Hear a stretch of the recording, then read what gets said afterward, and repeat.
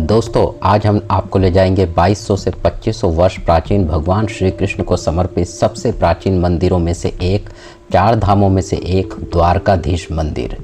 जामनगर गुजरात के द्वारका शहर में गोमती नदी के किनारे स्थित है। यहाँ पर गोमती नदी अरब सागर में मिल रही है, उसे संगम कहा जाता है। तो दोस्तों, भगवान श्री कृष्ण की नगरी द्वारका में कहाँ घूमना है, कैसे घूमना है, कहाँ रहना है, कितना खर्चा आएगा, यह सभी जानकारी हम आपको इस वीडियो में देंगे। तो हमारे इस वीडियो को स्किप मत कीजिएगा और पूरा देखिएगा। सबसे पहला सवाल आता है, द्वारका कैसे पहुंच सकते हैं। तो दोस्तों, द्वारका आप बाय ट्रेन, बाय प्लेन और बाय बस पहुंच सकते हैं। द्वारका के लिए नज़दीकी हवाई अड्डा जामनगर है, जो द्वारका शहर से लगभग 137 किलोमीटर दूर है। द्वारका का अपना रेलवे स्टेशन है। द्वारका को सभी प्रमुख शहरों जामनगर, अहमदाबाद, बड़ौदा, सूरत, मुंबई, गोवा आदि से डायरेक्ट जोड़ने वाली ट्रेनें हैं। द्वारका सड़क मार्ग से भी बहुत अच्छी तरह से जुड़ा हुआ है। तो दोस्तों, आप अपने बजट के अनुसार फ्लाइट, ट्रेन या बस का टिकट लेकर आ सकते हैं। जब आप रेलवे स्टेशन या एयरपोर्ट पहुंचेंगे तो यहां से टैक्सी और ऑटो आसानी से उपलब्ध है। तो अब नेक्स्ट सवाल आता है कि रहना कहां पर है।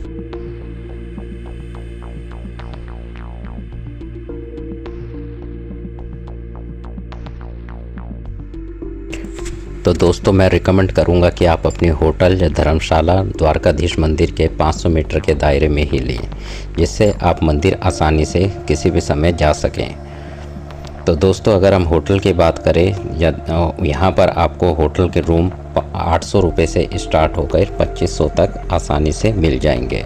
तो आप अपने बजट के अनुसार होटल बुक कर सकते हैं। बुक का होटल आप ऑनलाइन और ऑफलाइन दोनों तरीके से बुक कर सकते हैं।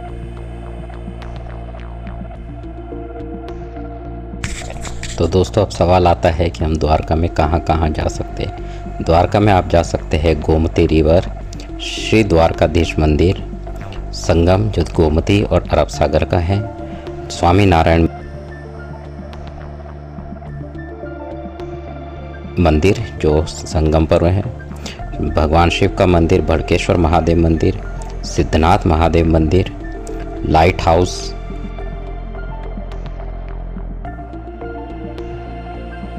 नागेश्वर ज्योतिर्लिंग,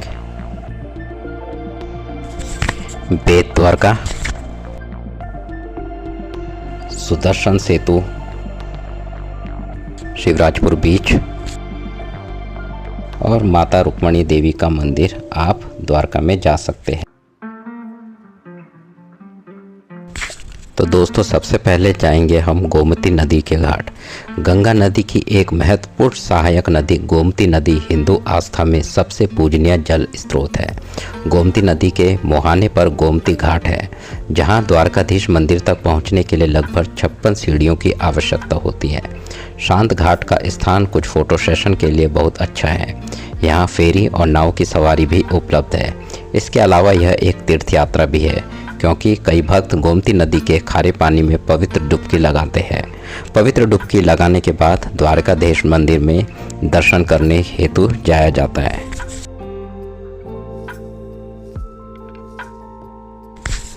द्वारका के सभी पर्यटन स्थलों में द्वारकाधीश मंदिर, जिसे जगत मंदिर भी कहा जाता है, सबसे महत्वपूर्ण है। इस मंदिर की स्थापना सुंदरता आपको मंत्रमुग्ध कर देगी और इसकी आध्यात्मिक छटा हर भक्त को अपनी ओर आकर्षित करती है। यह शानदार मंदिर भगवान कृष्ण को समर्पित है और मूल रूप से उनके पोते वज्रनाभ द्वारा बनाया गया था। 78 मीटर ऊंचे शिखर वाला राजसी 5 मंजिला मुख्य मंदिर 72 स्तंभों पर आधारित है और इसमें 2 प्रवेश द्वार हैं। जटिल नक्काशीदार मंदिर परिसर भी 4 धामों या 4 प्रमुख मठों ज्ञान के स्थान में से एक है, जिसकी स्थापना 8वीं शताब्दी में शंकराचार्य जी ने की थी। इस मंदिर का दौरा द्वारका पर्यटन स्थलों किसी भी खोज का एक अनिवार्य हिस्सा है, जो अपनी विस्मयकारी वास्तुकला के बीच एक गहन आध्यात्मिक अनुभव प्रदान करता है। यह मंदिर सुबह 6 बजे से दोपहर 1 बजे तक और शाम 5 बजे से रात 9:30 बजे तक खुला रहता है। यहाँ से आप जा सकते हैं संगम नारायण मंदिर। द्वारका में सबसे अधिक देखे जाने वाले स्थानों में से एक यह मंदिर देवी गोमती को समर्पित है। यह मंदिर द्वारका में एक लोकप्रिय हिंदू मंदिर भी है। यह स्थान पवित्र शहर में गोमती संगम घाट पर स्थित है। यहाँ भगवान वरुण, समुद्रदेव, मीराबाई और माँ अस्त भवानी की सुंदर मूर्तियाँ स्थापित है। परिसर के भीतर एक पवित्र कुंड भी स्थित है।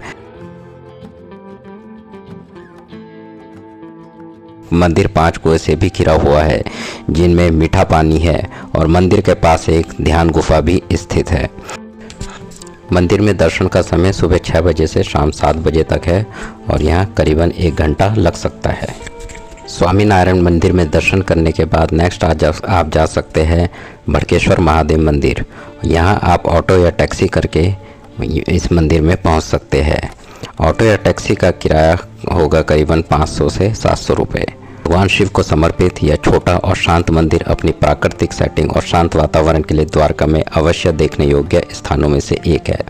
अरब सागर की ओर देखने वाला यह मंदिर पूरे दिन नीले पानी, सुनहरी रेत और शांत हवा में घिरा रहता है। मंदिर में शाम की आरती टकराती लहरों की ध्वनि के साथ एक विनम्र और सुखदायक अनुभव होता है। यह मंदिर सुबह 6 बजे से लेकर शाम 7 बजे तक खुला रहता है। यहाँ से आप जा सकते हैं सिद्धनाथ मंदिर। सिद्धनाथ मंदिर भगवान शिव को समर्पित एक शांत और प्राचीन मंदिर है जो द्वारकाधीश मंदिर के पास स्थित है।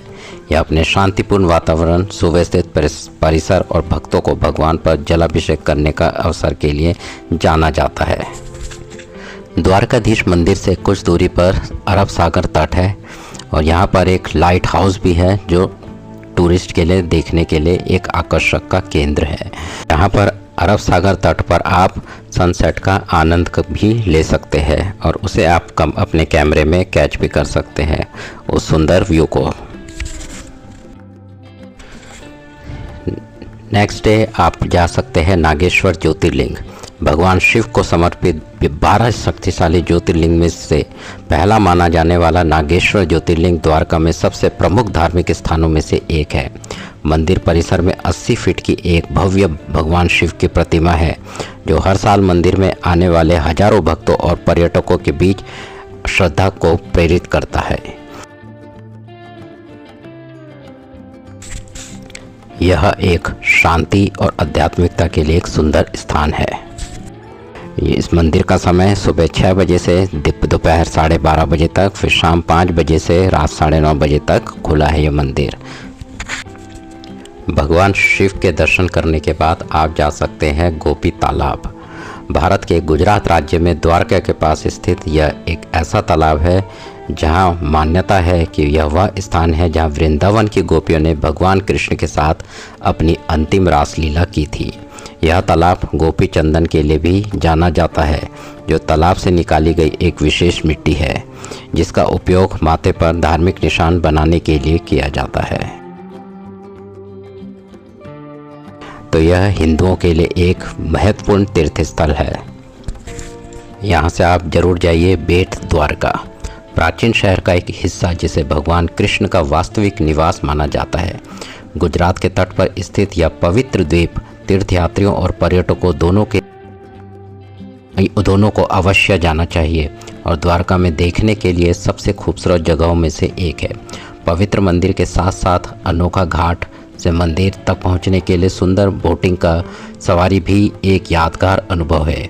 यह खूबसूरत आइलैंड में कई मंदिर देखने को मिल जाएंगे जिनमें से प्रमुख है भगवान कृष्ण को समर्पित केशवराय जी मंदिर, जिसके बारे में कहा जाता है कि इसे 500 साल पहले वल्लभाचार्य ने बनवाया था।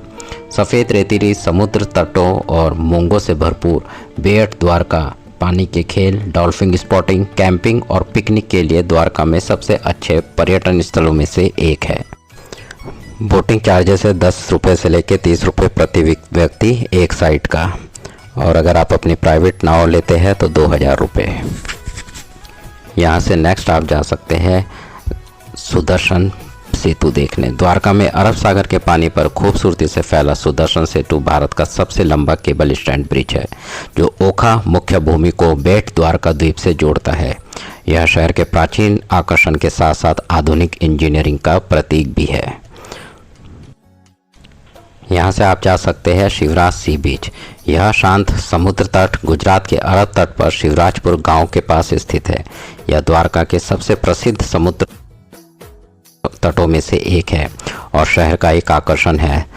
समुद्र तट में विभिन्न प्रकार की एक्टिविटीज़, जल एक्टिविटीज़ का भी यहाँ आयोजन होता है, तो आप वो एक्टिविटीज़ भी कर सकते हैं।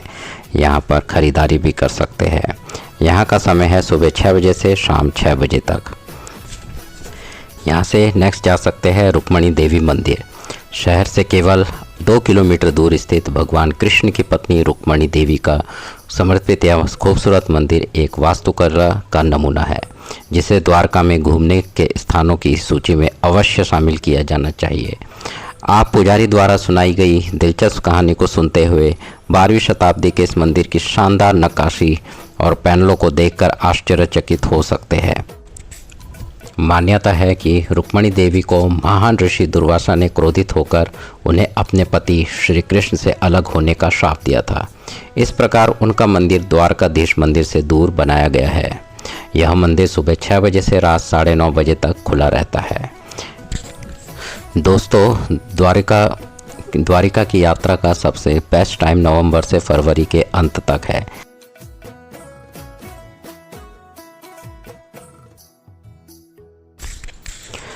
जब शहर में ठंडी सर्दियां होती है, फिर भी यदि आप विशेष रूप से द्वारका के भव्य रूप से मनाए जाने वाले जन्माष्टमी महोत्सव के उत्सव में भाग लेना चाहते हैं तो अगस्त और सितंबर के दौरान आ सकते हैं। द्वारका की यात्रा के लिए सितंबर से मार्च सबसे अच्छे महीने हैं। हालांकि यह शहर साल भर समान रूप से मनमोहक रहता है।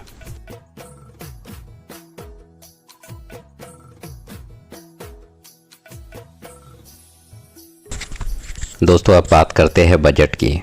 अगर बजट हम 2 नाइट्स 3 डेज़ का देखें तो आपका ये बजट ट्रेन और प्लेन के टिकट को हम एक्सक्लूड करते हैं तो ये बजट 5 से 7,000 रुपीज़ पर पर्सन हो सकता है, इंक्लूडिंग होटल, खाना, ट्रांसपोर्ट।